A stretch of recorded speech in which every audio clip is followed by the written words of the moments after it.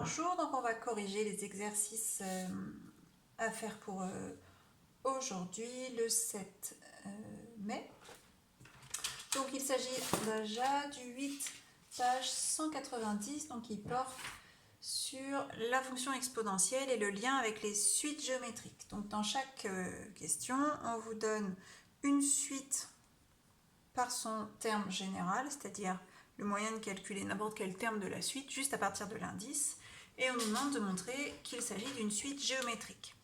Donc pour montrer qu'il s'agit d'une suite géométrique, il faut montrer que le terme général peut s'écrire sous la forme U0 fois Q puissance n. U0 est le premier terme, Q est la raison de la suite. Donc ici on a presque cette expression-là. Donc le U0, il n'y a pas de coefficient, donc on peut dire que c'est 1 fois exponentielle n.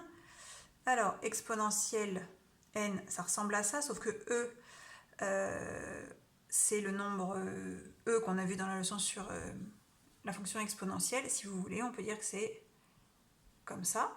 Donc, U0, ici, c'est donc le nombre 1. Et la raison, c'est exponentielle 1, qu'on a le droit de noter juste E. Question 2. Cette fois-ci, le terme général, c'est moins 2 exponentielle n. Donc, comme tout à l'heure, on le met sous la forme U0 fois Q puissance n. Donc, c'est moins 2 fois exponentielle 1 puissance n. Ce qui prouve que U0, c'est moins 2. Et la raison est à nouveau exponentielle 1 ou E. Troisième suite, UN est égal à exponentielle moins 3n. Donc c'est 1 fois exponentielle moins 3 puissance n. Du coup, mon premier terme est 1. Ma raison est exponentielle moins 3, qui vaut aussi, pour rappel, 1 sur exponentielle 3. Ici, c'est plus intéressant de le laisser sous cette forme-là. On termine avec le quatrième. UN égale 5 exponentielle 4n, c'est-à-dire 5 fois exponentielle 4 puissance n. Donc mon premier terme U0 est 5, la raison est exponentielle 4. On va continuer avec l'exercice numéro 13. Donc dans ce numéro 13, c'est la première notation de la fonction exponentielle qui est utilisée, la première notation qu'on a vue, mais sinon c'est exactement le même exercice que le précédent. Alors on peut déjà dans un premier temps, on me dit que c'est exponentielle moins 2n, on sait maintenant qu'on peut l'écrire plus simplement exponentielle moins 2n sous cette forme-là. Donc du coup, ça s'écrit 1 fois exponentielle moins 2 puissance n. Donc, je vais changer de couleur pour qu'on voit mieux.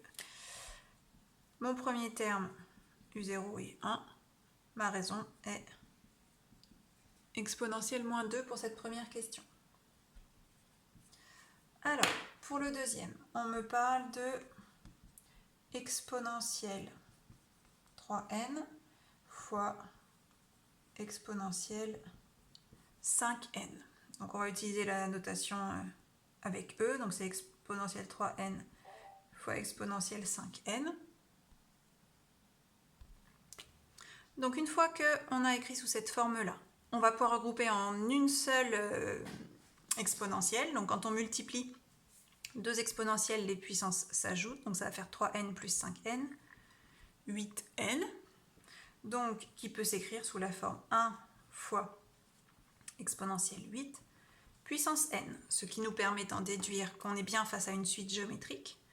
De premier terme U0 égale 1 et de raison Q égale exponentielle 8. On continue avec la 3. Donc je ne vais pas toute la recopier telle qu'elle, je vais directement utiliser la deuxième notation. Donc ça fait exponentielle moins n plus 2 fois exponentielle 5n moins 4 sur exponentielle n moins 2. Alors, on va arranger cette écriture. Ici, c'est un produit de deux exponentielles, donc il me suffit d'additionner mes puissances. Donc je vais le faire directement. Moins n plus 5n, ça fait 4n, plus 2 moins 4, ça fait moins 2, sur exponentielle n-2. Pareil, je vais regrouper pour avoir une seule exponentielle. Donc ici, c'est un quotient. Donc les puissances 4n-2 et n-2 vont être soustraites. Donc c'est celle du haut moins celle du bas. Donc je vais avoir 4n moins n, 3n. Et puis moins 2 moins 2, ça fait 0. Donc j'ai juste exponentielle 3n qui peut s'écrire sous la forme 1 fois exponentielle 3 puissance n, qui est donc la forme qui nous montre qu'on a une suite géométrique de premier terme 1 et de raison q égale exponentielle 3.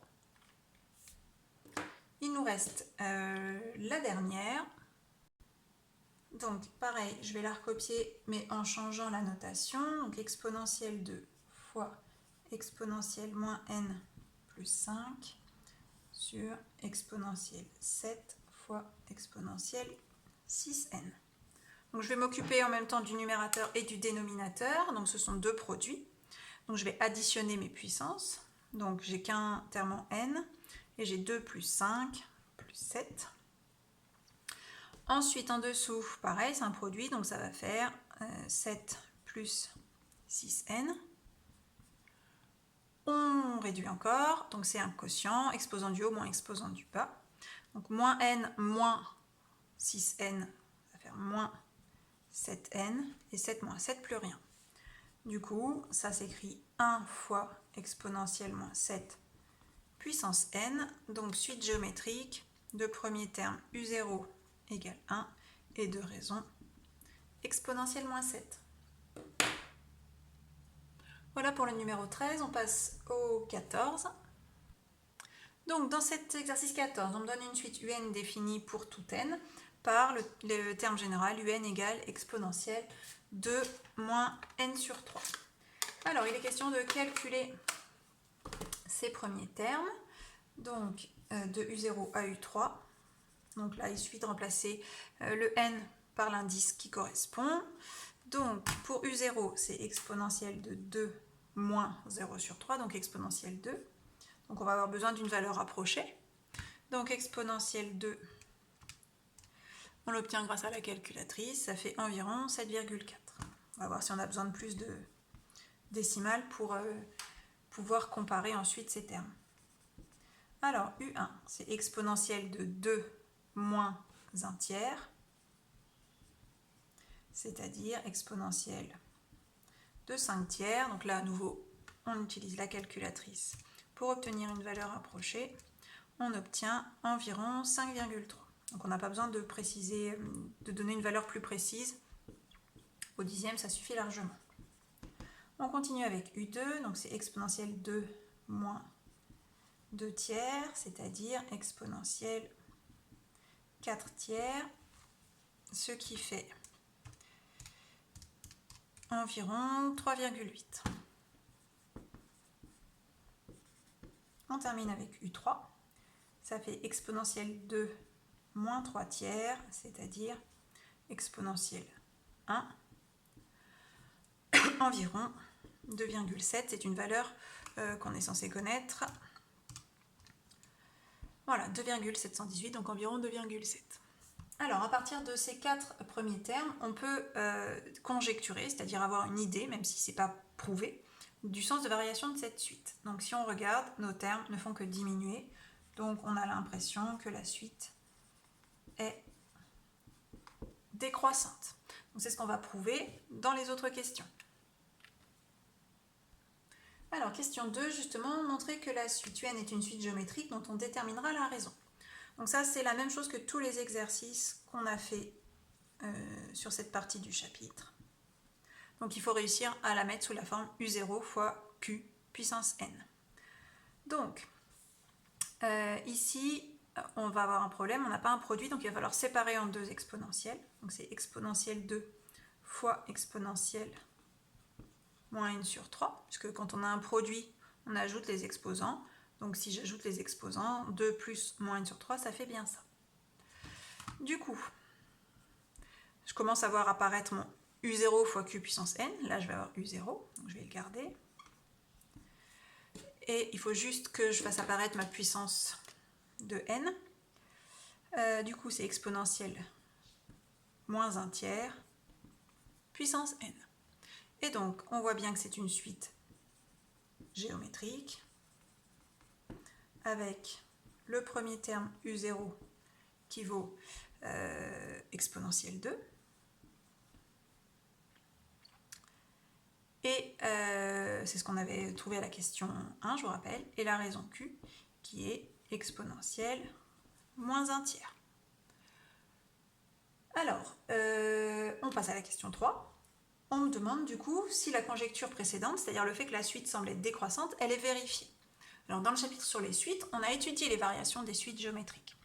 On avait étudié le cas où la raison est entre 0 et 1 et le cas où la raison est supérieure à 1. Donc en fait, il va juste suffire que je regarde le signe de ma raison, exponentielle moins 1 tiers. Exponentielle moins 1 tiers. Normalement, si vous avez en tête la représentation graphique de la fonction exponentielle, vous savez que ça appartient à l'intervalle 0, 1. Alors comment on sait? Je vous refais. Donc, la fonction exponentielle, elle est comme ça. Ici, c'est exponentielle 0 qui vaut 1. Okay, parce que l'image de 0, c'est exponentielle 0, ça vaut 1. Donc tous les nombres exponentiels de quelque chose de négatif sont des nombres plus petits que 1. Si vous n'en êtes pas convaincu, vous prenez votre calculatrice et vous tapez exponentielle de moins 1 tiers. On trouve 0,7, ce qui est bien entre 0 et 1. Donc la suite UN est décroissante puisque sa raison est comprise entre 0 et 1 et que son premier terme est positif. Donc voilà, ça vient confirmer ce qu'on avait vu à la question 1, la suite UN est bien décroissante. Allez, on termine avec le 40, page 196. C'est toujours le même type d'exercice, montrer qu'une suite dont on donne le terme général est géométrique. On va aller un petit peu plus vite. Donc ça fait 2 exponentielle moins n. L'objectif est toujours le même, mettre sous la forme u0 fois q puissance n, qui est la forme caractéristique des suites géométriques. Donc ça fait 2 fois exponentielle moins 1 puissance n, puisque moins 1 fois n, ça fait moins n. Du coup, on a une suite géométrique, deux premiers termes, 2 raisons, exponentielle moins 1. Pour le deuxième, un égale moins 5 exponentielle moins n plus 2. Donc comme à chaque fois qu'on a un exposant pour notre exponentielle qui n'est pas un produit, il faut séparer en deux exponentielles. Donc ça fait moins 5 exponentielle moins n fois exponentielle 2. Alors on va remettre dans un autre ordre pour que vous voyez ce qui se passe. Donc là j'ai exponentielle moins n qui vaut moins 1 puissance n. Donc on a ici u0 et ici q. Donc on a bien une suite géométrique.